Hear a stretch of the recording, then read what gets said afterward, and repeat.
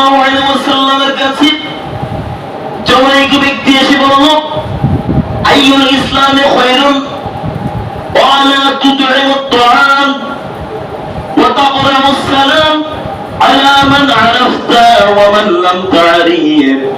আল্লাহ রাসূল সাল্লাল্লাহু আলাইহি সাল্লামের কাছে জনৈক ব্যক্তি এসে আরজ করলো, প্রার্থনা করলো, ইয়া রাসূলুল্লাহ, ইয়া হাবিবাল্লাহ, এই পৃথিবীর বুকে সবচেয়ে সেরা মুসলমানকে, সবচেয়ে সেরা মুসলমান, উত্তম মুসলমানকে?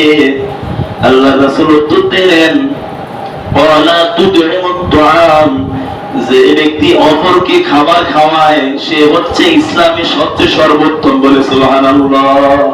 যে ব্যক্তি অপরকে কি খাবার খাওয়ায়, দেখবেন অনেক সময় কাউকে 1000 টাকা দিল, এত খুশি হয় না, এক বেলা সুন্দরভাবে তাকে খাবার খাওয়াইলে যে একটা কি হয়, খুশি হয়, ঠিক কি না?